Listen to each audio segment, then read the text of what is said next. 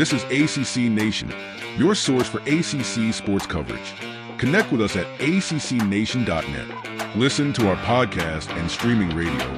Watch us on YouTube and follow us on your favorite social media outlet. Now, here's Will and Jim. Tech Yellow Jackets football. Welcome to the ACC Nation preview with our special guest, Kelly Quinlan, publisher for the Rivals on 3 sports site, Jackets Online. That's Will Ochanen, and I'm Jim Quist. Let's get right into it, Kelly. Let's talk thumbs up, thumbs down. We'll just do a real simple thumbs up, thumbs down. Win, lose. Let's look at the schedule. We start out with Georgia Tech at Colorado. Is this a thumbs-up game for the Yellow Jackets or a thumbs down? I would say this is a thumbs-up game on paper right now. I think Colorado's a really unknown program, and Georgia Tech has so many pieces coming back, and the pieces they've added are the ones that are easier to integrate. So despite it being on the road and Folsom Field, I like Georgia Tech in the opener. All right, Georgia Tech, Gardner-Webb. I think this is an easy one to do a thumbs up. There we go. Yeah, this is easy. Now we get into some really, wow, the first nastiness of the season. Maybe, and maybe not. Saturday, September 13th. Everybody write that down. Saturday, September 13th, 12 noon, at least at the moment. This is a game I think that ought to be on at night. It's going to be ABC or ESPN, Georgia Tech, Clemson. This could be a real barn burner of a game. Yeah, they haven't beat Clemson since the 14 season with Deshaun Watson got hurt in Atlanta. A thing that Clemson fans still hate me over. I predicted that it was going to happen because he was banged up. They were trying to rush him back because they thought they still had a chance of special season. I said I would be concerned about playing him. They were going to go after him, I'm sure. He gets hurt in the game. They put their backup quarterback in who throws a parade of interceptions. It's a Cole Stout maybe. And Georgia Tech wins. And then since then, they've had a couple opportunities to win, but the games have been real tight or completely lopsided. There's been no in between, right? They've either been a blowout or a close game. So, right now I would go thumbs down.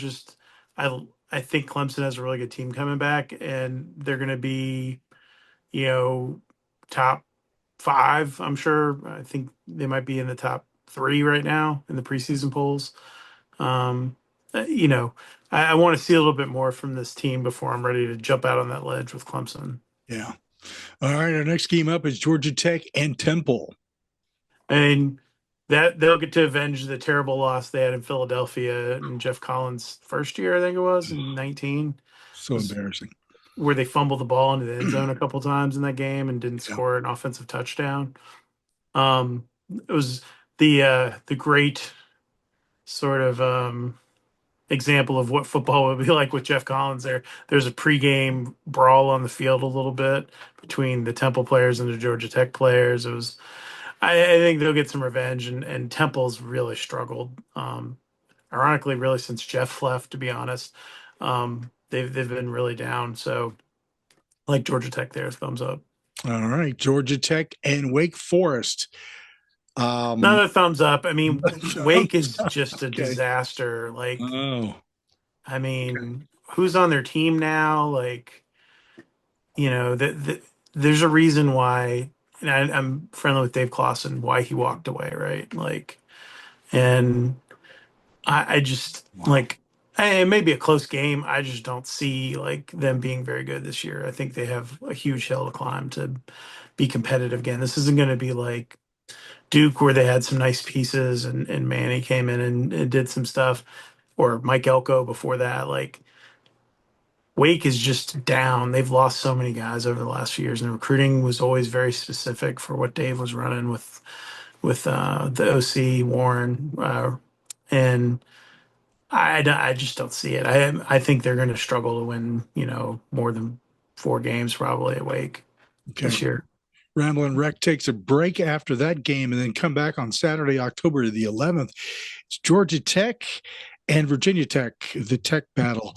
A lot of people talking about Virginia Tech could be, in the same breath. I think we ought to be talking about Georgia Tech could be, and there's a good reason why, and we'll get into that a little more specifically here in just a couple minutes with Will getting into the offense, especially for Georgia Tech. Man, it's just to me, it's staggering what's coming back. So Georgia Tech versus Virginia Tech. Thumbs up, thumbs down. I mean, if they have Haynes King last year, they beat them up there in Blacksburg. They did nothing to win the game. The offense was really bad. Zach Power was playing hurt, the backup quarterback. Haynes King was out for the game. They pull in, put Aaron Philo in. He started to move the ball a little bit. But if they had had a pulse offensively up in Blacksburg last year, they beat them. And I am not buying into the Brett Pry stuff. You guys show me something, man. Like they have been this hype team every year going into the season, and then kind of just don't produce. Like, what is their signature win? Like with him as a head coach, like. Right. So until I see it, that's a thumbs up. It's not a strong thumbs up, but it's thumbs up. It's a Missouri situation. Show Yeah. me. Okay. Yeah. Next, this game makes me wonder a little bit, and for a variety of reasons. And I'm not going to get into it right now, but Georgia Tech at Duke. I would be a little suspicious going into Duke and saying, we need to be careful here. Yeah, they played like crap up at Syracuse last year and lost in a game they probably should have won. Duke and the Georgia Tech were in a dogfight last year. Manny, to his credit, was pretty down on him when he was at Miami. Has proven to be a much better coach outside of that, which probably says more about Miami than it does about anything else, given how they've run through coaches there. But I think it's gonna be a tough game. I still like Georgia Tech. That's still a thumbs up for me, but like again, not a strong one. Like this is gonna be sort of the make or break part of their schedule here. Like if they can get through this stretch with the Virginia Tech and the Duke and then the two games after that, that's how they'll have their shot at if being in Charlotte, if they can win those games. Okay. Will's got a good he's one of these guys. He won't go up or down. He'll just go Mid. something like that. Georgia Tech and Syracuse. I honestly, I think this is a revenge game for last year. Like, yeah. I think Fran really fired his guys up and got the most he could get out of those guys. But he's missing a lot of those key pieces now that were the foundation of that. They had a generational pass rusher. They had some really good receivers and a great trigger man at quarterback. And they were not as good away from the Carrier Dome either. So like, I think Georgia Tech will be fired up. They were embarrassed by how they performed up there, and still almost came back and had a chance to win the game up there, despite having played terrible for like three quarters. So I like Georgia Tech. It's homecoming. I think it'll be fired up, a packed house. I like Georgia Tech in that one. Whatever Again, that, not buying into Fran Brown's magic yet as a head coach either. whatever that place is called these days. That will probably It's something with an A, maybe JMA Wireless, I think. JMA Wireless. That's what. I think that's we've right. never heard of. So It's still the Carrier Dome, no matter Yeah, it's what. Carrier Dome. Yeah. That's what it is. Just like Pitt's, whatever it's It's called Heinz now. Field or whatever. Yeah. Yeah, it's not- always going to be Heinz Field. Accessure Field or whatever that company is. Acrisure or something like that. Yeah, it's something like that. Yeah. I'm glad we all agree on this. All right, next game up. This team, everybody talks about, it could be the season, and it's got all kinds of potential. And I keep wondering how come their head coach hasn't been fired yet. To be frank about it, Georgia Tech at NC State. What do we got? Thumbs up or thumbs down here? So this is interesting to me because Dave Doran has been he's like a cockroach. You think he's like done, and then you think you killed him, and then he rises up and like wins 9 games. Yeah. And it's like every time he has one of these terrible years, he rises up and like wins enough to where he gets interest from another school and they panic and give him an extension. And the NC State's a job that drives me the most crazy, even more than Virginia Tech. And that they have tremendous support, great fan base. They pack the stadium even when True. they're not great. Yep. How they cannot win. They have not won an ACC championship in football since before the when the league was 8 or whatever. Like you got to go way back. Like it's just amazing to me how they continue to underachieve, and they've traded Chuck Amato for Tom O'Brien for Dave Dorn and just keep getting the same results where they're in this 6, 7, 8, 9 win plateau. And it's a thumbs up for me. I think at some point it's got to catch up with him, right? Like he's got to lose at some point. I Yes. just like how does he keep having a job? It's unbelievable. I've never. It's like people like talking about Mike Tomlin, right? Like with the Steelers, like he just has a job forever. And if you're a Steelers fan, that's a sore subject for a lot of them. But he had more success than Dave Doran's had at NC State. Like, like I just don't get it. Like it's like they just keep. They should have let him go. Let Tennessee take him when they tried to take him and go get another coach because it's amazing to me that place can't win. You have fertile recruiting grounds. You have assets. You have some money. Like you you know basketball is not what it was there. Like this is the time where you could do something and they still can't do it. Yeah. I don't understand accepting mediocrity in anything. All right. Then we go into another break. And then we come back on Saturday, November 15th. It's Georgia Tech at Boston College. Now, this is a dangerous place to go into specifically for this game. And I'm just saying, this might be where Will comes in here. Like, Sure, I mean it is. you know, Bill O'Brien's a good coach, right? Like he was a terrible GM in the NFL, but he was a good football coach when he had talent around him, and he's been very solid throughout his career as a coach and offensive coordinator. He seems to find the most out of these guys. BC always has a big offensive line, big defensive line, one or two really good skill players. They play tough. And that's been their MO forever, right? You're playing up there. It's November 15th. My parents are from the Boston area. It's probably going to be freezing cold in a stadium with 5 to 10,000 people in it, like a Duke kind of environment. That's where you get into one of these. Like they're going to drop one of these games. This is the one that I always think about because you have Georgia on the horizon after what happened last year. A game or 2 games away. Like this would be where I could see the rope getting let go, as Jeff Collins used to joke, like his rope metaphor he liked. Um, yeah, this is maybe the one where I'm going down. I don't know. There's one of these in here. It's going to be the game at Duke or the game at Boston College or the NC State game where they lose. I think just I don't until I see them run the gauntlet. Like even as good as Tech was in 2014, they lost to Duke and Carolina that season in the middle of the year, and teams are not very good, right? I just don't. They have. I don't. I haven't seen them hit that level. So, if I'm gonna pick an upset, this is where I'll go with Bill O'Brien's team in a mausoleum in Boston where it's like 40 degrees.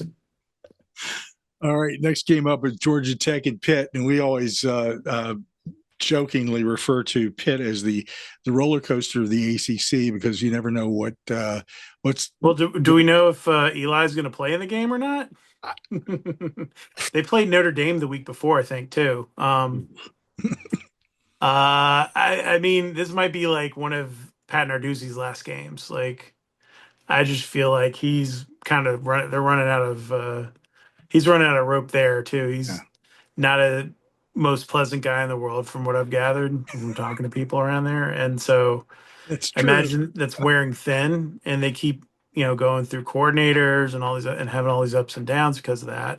And that's part of it too, right? Like, and the highs were all in Kenny Pickett playing like 6 years of college football with him. So, that's a thumbs up for me. I just think like it is what it is. Like I'll be curious to see if Narduzzi. I feel like he's the first one that's going to get canned out of the ACC coaches this year. Well, okay. We're going to write that one down. I think him and Mario have the two probably biggest firing potential. Mario, if they just don't do well, Mhm. they have so much money sunk in that thing. Like he's going to be the scapegoat for that if they don't win. Yeah. Mm. And to me, that strikes me as being, and just to get off track here for a second, but uh, continuing to fire the coaches that you have at Miami because you're not achieving a certain level of success is part of the reason why you're not achieving that level of success. Yeah, absolutely.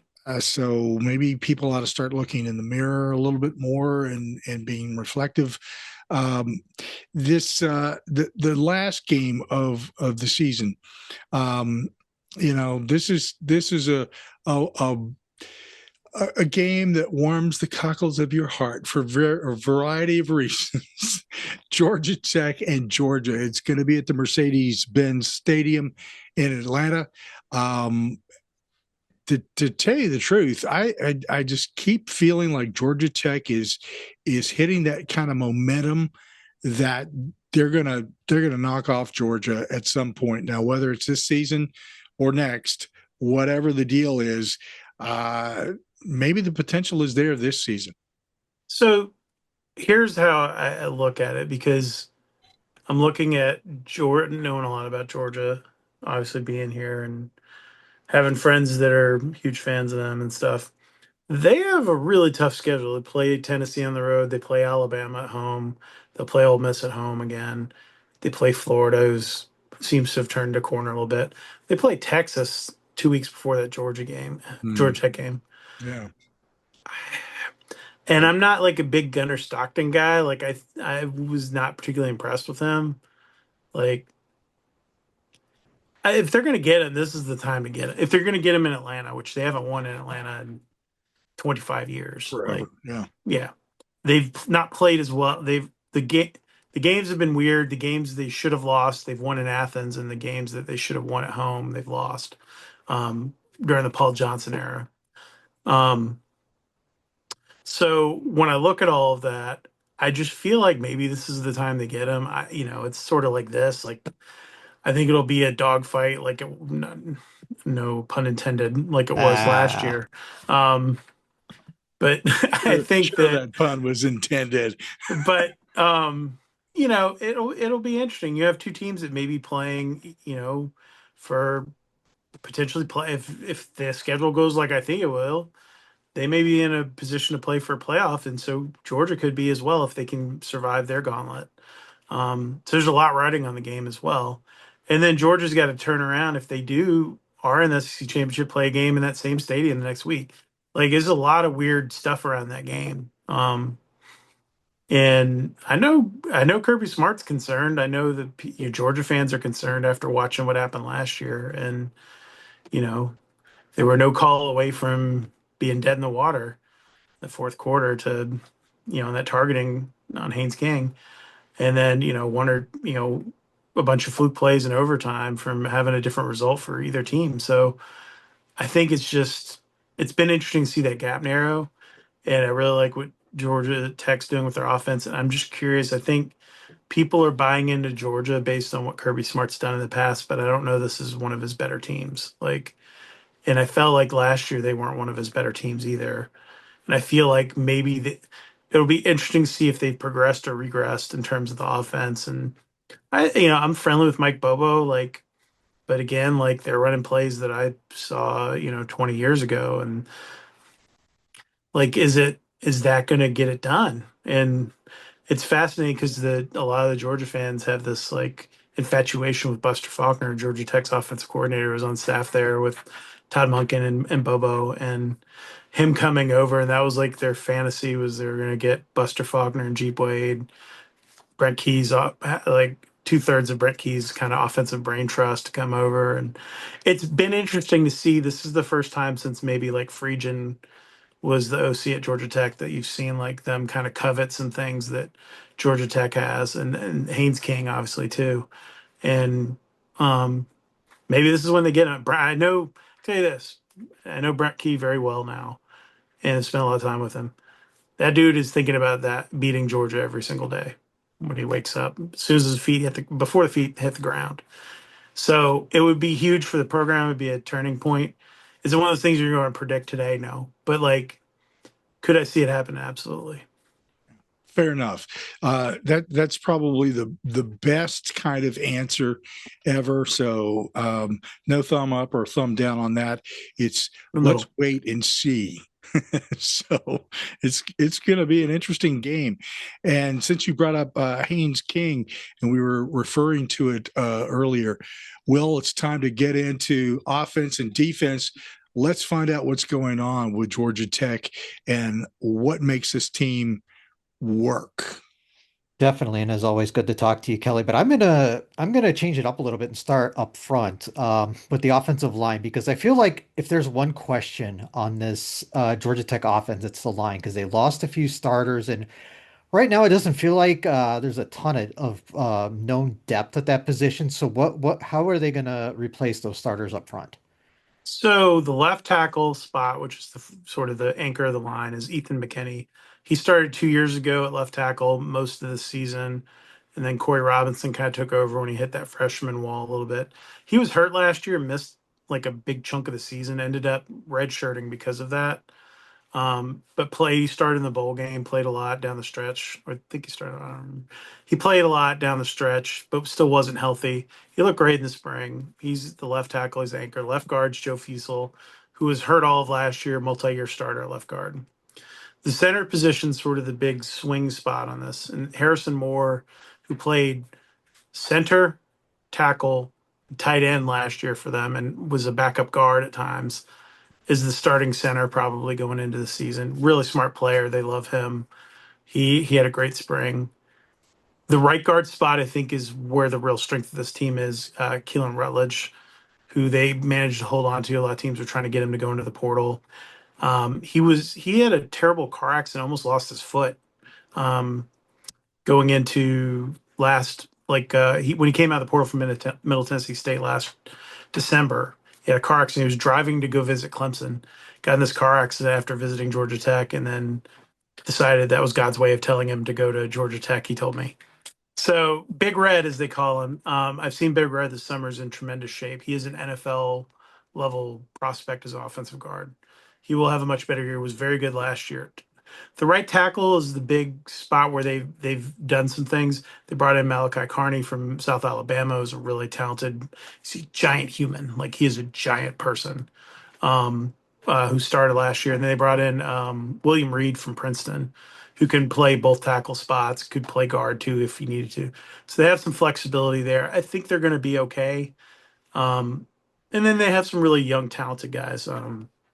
Josh Petty, who they signed, was one of the top offensive linemen in the country. Peyton Joseph, a guy they flipped from Florida State, really talented. And then Kevin P, a four-star from South Carolina. They held a lot of teams off on too. Those guys are kind of waiting in the wings, and maybe you see something from them as the season gets into the back half where you start to need to test your depth a little bit. We talked about Haynes King a moment ago, obviously a couple of times, and we know what he can do. He was obviously quite banged up towards the end of the season. Are they going to still continue to run him design plays a lot this season? Yeah, I think so. They're one of the things they're doing that's going to be a little different is I think you're going to see more of the jet motion get introduced into things.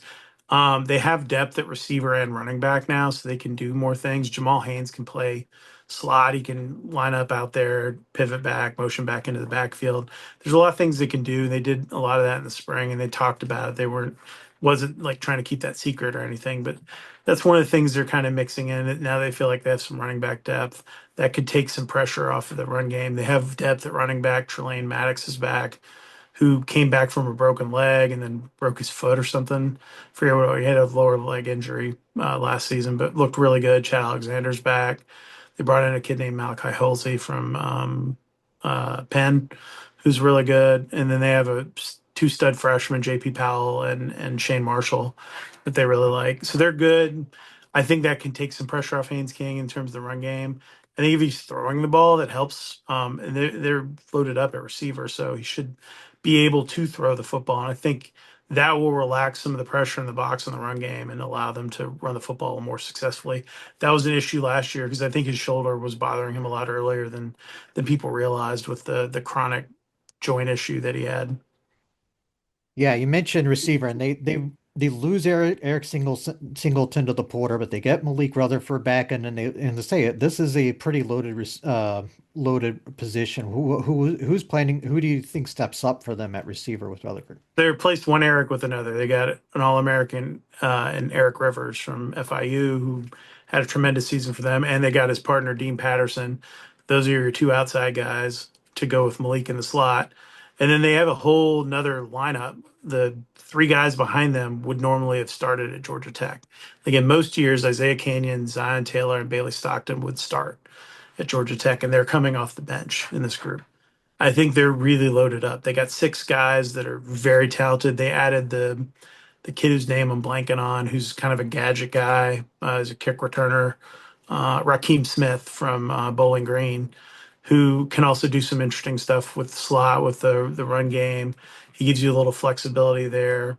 And they have a true freshman that's kind of interesting too, named Jordan Allen, who's just really dynamic with the ball in his hands. They have a lot of kind of these weird skill weapons, and it'll be interesting to see. I think you're going to see more empty sets, more spreading people out. Like they already like to do that. They would put the tight ends on the edges and things, and they're going to be even more creative with that stuff now because the QB draw is such a dynamic thing with Haynes King, and then you get into all those guys running different kinds of combination routes, and you can really start to move the ball around and back defenses off and spread them out. All right, let's switch over to defense. New coordinator Tyler Santucci's off to the NFL, and you replace him with Blake Gideon. How much will things change defensively with him? The bulk of the changes are going to be in terms of coverages. They kept basically what they were doing in the front six. Jess Simpson and Kyle Pope and Brent Key liked what the sort of core concepts of what they were doing. So did Gideon. So when he came in, he was going to adapt. The secondary was really kind of what was letting them down a lot last year, in terms of coverage, even some of the linebacker coverages and things like that. They went out and invested in adding depth at linebacker. They have a whole new group up front. They brought back Akilo Stone from Ole Miss. They brought in Matthew Alexander from UCF. They have JJ Vandenberg back, who is, I think, an all ACC level guy at defensive tackle. They brought in Braden Manley, a kid from Mercer, who's really dynamic pass edge rusher, probably has the potential to be like a 10 sack kind of guy, which have never gotten that production. They had Kyle Kennard, who went to South Carolina, had a great year last year. They brought in Romello Height from USC. He couldn't produce the sacks, like he just didn't produce them. He made a couple big plays, but was never consistent with that. He would get to the quarterback, but not get the sack.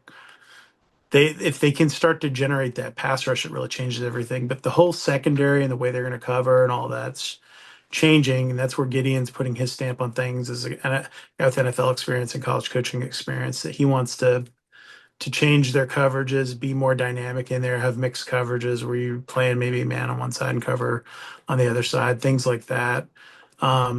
Trying to also shield their deficiencies they have in the secondary as well.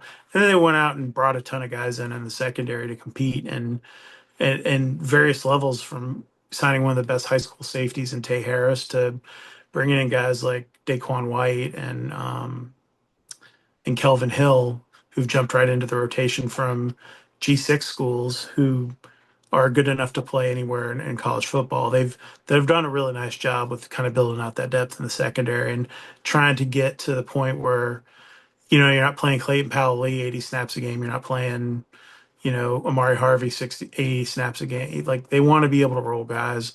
And I think they're finally sort of at that point where they may be able to do that for the first time in a really long time. On the defensive line, you mentioned they loaded up a lot of transfers, and I that can be very boomer bust. From Mhm. what you've seen, are they pretty confident in this group? So Ronald Triplett's like one of the guys they brought in, and he's like, the way I would describe it is like sort of like that classic kind of lunch pail guy. Like he doesn't look impressive. But he just does his job, right? And he goes out there and does his job. The one that everyone was really excited about is AJ Hoffler, the kid they brought in from Clemson. He got hurt. He hurt his hamstring in camp. Like, we didn't really get to see him at all, but they were very excited about him. He was a guy that just was behind a bunch of NFL draft picks at Clemson, basically, and played well when he got in, but just didn't get the burn. Um, the thing I'm kind of curious about is sort of the depth behind Manley. at that rush spot. I think defensive tackle, they're actually in really good shape. You have Stone back, you have Vandenberg, you have Alexander who started at UCF. So you have three guys who are starter level guys. Jason Moore, who's in his like sixth year of college football, back. And then they have some young guys they're excited. Landon Marshall's one of them they're excited about, and two freshmen. Like I think they got enough D tackles. It's to me like, can Braden Manley get to the quarterback? Can a Montre Bradford or Dre Fuller or whoever, Jordan Boyd, one of those guys step up and be his number two guy? And can they generate enough pass rush from that? That's where I think it gets interesting, because I think their linebacker positions improved dramatically. And I think that the secondary depth is much better than it's been in a while. So you've got a lot of the pieces. It's more just how do they gel together? They looked really good in the spring. We all know that you're going against yourself, so that can be a little bit of a misnomer and not really give you an accurate read on things. But just based on all the conversations I had, I think people are pretty excited about it. Who would you consider as kind of the star of this defense?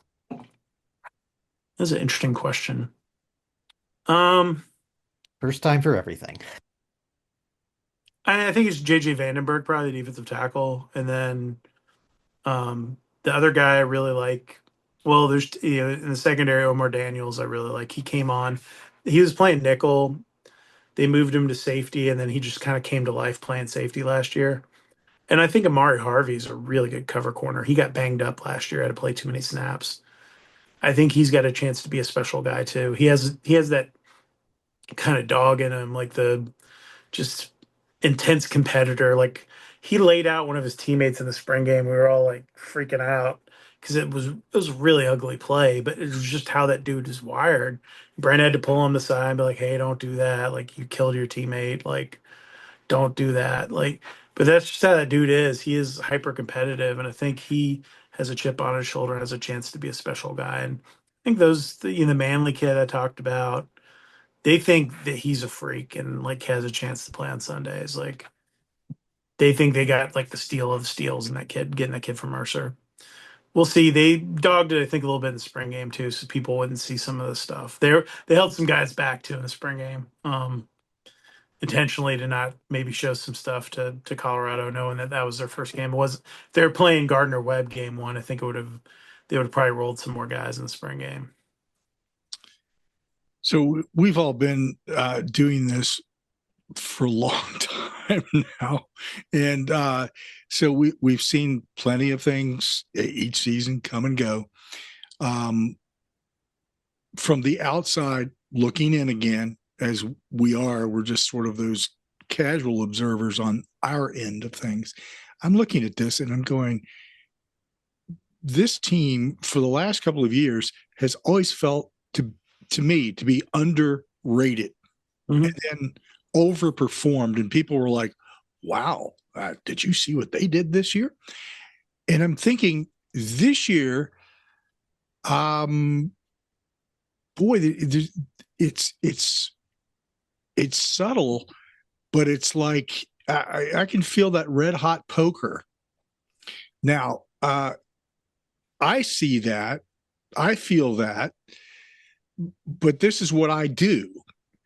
Now, tell me, what is it about all of this that we're seeing on paper, and you're seeing in person, you're seeing recruiting, et cetera, that you can tell a fan,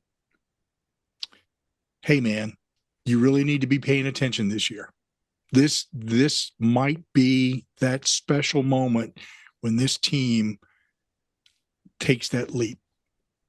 This is the first time and it's been 10 years since I've gone into a season covering Georgia Tech where there were expectations. And in 2015, there shouldn't have been. Paul Johnson kept pushing back on that, being like, hey, we're not good. They had a couple of key injuries going into that year, and that sort of throttled everything for them and messed up their whole season. And they were coming off that 2014 season, they jammed the Orange Bowl and all that. This is the first time since then that there's been any like real palpable momentum, like of and they finished last season. They should have won 9 games last year, and they went seven, went 7, went 7-6 or whatever it was. it's all there on the table and the pieces are there and they have continuity, which is such a huge thing right now in college football. They have continuity quarterback, running back, the middle of your offense with the center that they've had all spring with the guys I worked with last year and Harrison Moore. Um, not Weston Franklin, but the center replaces, but they have some continuity there. They have continuity at some of the skill spots on offense. I think that the defense has got enough pieces. So you start to look around. They have a good kicker. They went and got a really good punter out of the portal. They went and stole the SMU's long snapper out of the portal, like who was a really good player. Brent Key has been in a position the first couple of years where he was having to build out a roster. This past offseason, he was filling needs, like very specific needs. They went out and got a kick return guy. They went out and got a punter. Like they weren't going out because they needed to get, you know, six offensive linemen. They went out and got a starting right tackle and a guy to back that can play both tackle spots to back him up instead of having to go get multiple starters. And this is the first time it's been that way. And that's what sort of gives me the optimism that they're set up. Now, having covered Georgia Tech, I'm always waiting for that Lucy to pull the football, right? Like the Charlie Brown thing. But I don't. It would be difficult to mess this up, barring catastrophic injuries or something weird happening. Hmm. Um, And they got to win game one. Like I think if you lose that game, that starts to kill your momentum. They're on the fringe of being a top 25 team going into the season. Like people have them on that fringe of being ranked. They may be in one of the polls when the season starts to roll around. Mhm. And they have a chance to be, if they beat Colorado going into that Clemson game, it could be number two, three versus like number 15 or something in the country, which would be one of the best matchups Georgia Tech's had in forever, right? It would be huge for the ACC too, and that's something else that's lost on everybody. When Georgia Tech sucks or Virginia Tech sucks or some of these programs don't, Miami's been the real colossal one for the entire league. When they're not good, it hurts the brand. Florida State sucking last year hurt the brand, right? Like Georgia Tech's a brand that sells well. It's a lot more interesting to people than no offense to Syracuse or Duke or whoever. But if Georgia Tech's ranked, it moves the needle a little bit more than some of those other teams. And the league needs it, and it's in they're in SEC country, dead in Atlanta. Like they need them to win and be good. It's important for the league in this really critical juncture for the ACC. So I think there's a lot kind of lining up. We'll see what happens when they get on the field, but Brent Key seems very confident in the team he has and what they have going into the season, and he has followed his plan. Like he has had a plan from day one. All the things he learned from Saban and George O'Leary, and he had notebooks and all these things long before he became a head football coach. He had it all planned out. If he ever got his opportunity, this is how I would do it. And he's executing his plan and they're keeping guys. That's the other thing. In this past offseason, he kept everyone he wanted to keep, except for the Singleton kid. And they got two players for the price of Eric Singleton that are were more productive at their last school. So when you look at all of that in a 10,000-foot view, it makes sense that this is a program that can win and be in the hunt for the ACC championship and be a team that's in those playoff rankings and things like that. And that would be a huge step up for the program and for Brent Key. What happens if this team has an incredibly successful season, is ranked in the top 25, and goes on to really shock people? And how does that impact the recruitment and where this team needs to be continuing to take these leapfrog things going on in recruiting? So I was in Indianapolis 2 weeks ago. We had a Rivals 5-star event with some of the top players in the country. Georgia Tech had no one that was like really seriously considering them in the moment there. There were three kids, though, that Georgia Tech has not given up on recruiting. One's a wide receiver named Aaron Gregory that's from Atlanta. There's a defensive tackle, Deuce Geralds, and then linebacker DQ Forkba. All right. These three guys all told me the same thing. They are looking at Georgia Tech. They are watching what they're doing. And if they have a good year, that changes the equation quite a bit for them. And those are three guys they could swing. They went and swung Tay Harris from Clemson last year. They swung Peyton Joseph from Florida State. And they closed with a couple other big kids. They got one Shane Marshall, was a huge kid Georgia was trying to recruit at the end. They did all of that coming off of a season where they won 7 games. What can they do if they're ranked and Bobby Dodd sold out and it's rocking and Brent Key has momentum? That's where this gets really interesting. And the program has proven they can recruit at a high level in the past when they've been good with O'Leary at times. Paul Johnson's best class came off of 2009 and winning the ACC championship, even with the option and all that baggage there. They can do something here to really start to create what Brent envisions for this program, which is them being a perennial like top 20 program where they're considered in the same breath as Florida State or Clemson or Georgia Ole Miss or whoever it is these days. And they don't have to do it the way like an A&M does where they're splashing insane amounts of money around either, where A&M maybe is getting all of this without the top 25 part of it, right? Like because they're financially backed. Georgia Tech has a chance to do it in a more organic way that's sustainable. Is That'd be it, great for my business. I'll be dead yeah, honest with you. Like, it I would love came, nothing. came over I've told me. every head coach this. I want nothing more than for you to win and win big. Like, that's the best thing for my business. It's good for me. Yeah. Um, it's good for all of us actually. And as you pointed out, And it's fun. It's for the fun to conference. cover. Yeah. Yeah. Look at what SMU did last year. SMU won, 10 games or whatever it was with they got a very favorable schedule and they Sure. maxed out on it. They didn't Yeah. screw up, right? Like they won the games they're supposed to win. That's what you got to do. Like just navigate through this thing. You can even drop a game to Clemson or Georgia or whatever and still hit all of your goals because of the way the playoff is set up and because of the way things are lined up now. Like you'll get 2 cracks at Clemson probably. Like, that'll be an interesting thing if that happens. Like I'm just like I'm optimistic about the program in a way that I haven't been in a really long time. I haven't covered it. And not like a fan way, but just like as seeing, and I'm friends with a lot of these people, and I'm obviously friends with Brent, and have a really strong relationship. And I want to see him do well, and like he is putting in so much. It would be amazing to see him like do well, and the Tech fans need it, man. It has been a long road for them. Like they've been terrible at basketball, and football's been on an insane roller coaster that's mostly been like the bottom part of the roller coaster for like the last decade. So they're due to do more than like being in the middle. They need to get the peak again at There some you go. point. Looking forward to it. It's going to be a fun season, like you said. It's about fun, just having a good time, enjoying yourself. As a fan, you couldn't ask for any more than that. Will, got any final questions for our esteemed guests? No, I just wanted to say I think one of the point Kelly made earlier is really poignant in that I think it's great for not just Georgia Tech, but for the ACC if they go to Colorado and win, because obviously we know the ACC's track record in non-conference and really both football and basketball. Let's be real here. Yeah. But this is a great time to get Colorado because they're replacing a Heisman Trophy winner. They're replacing a fifth round pick.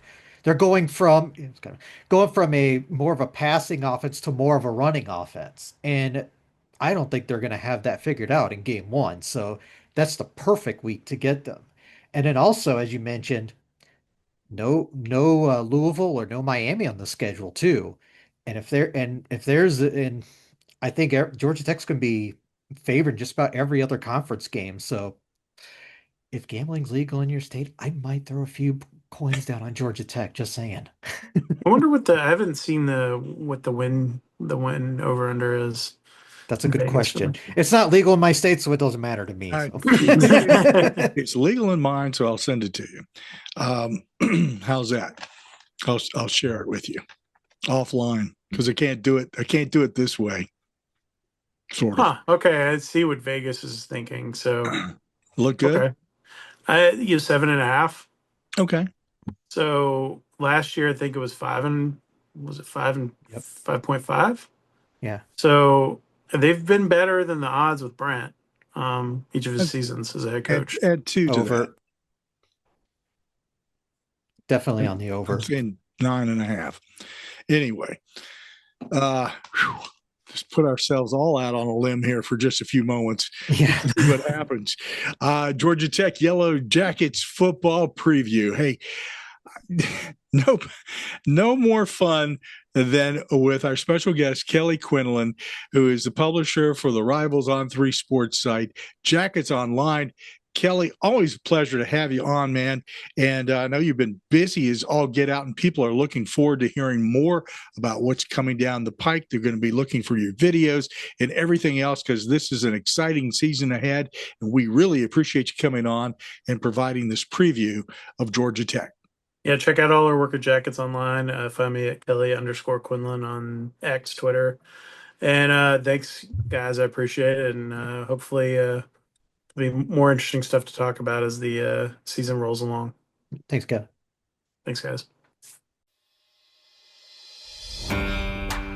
ACC Nation, your source for ACC sports coverage with Will and Jim. Be sure to like, subscribe, and follow us on our podcast, streaming radio, and YouTube. Connect with us on Blue Sky, Reddit, Instagram, Threads, Mastodon, Facebook, X, and LinkedIn.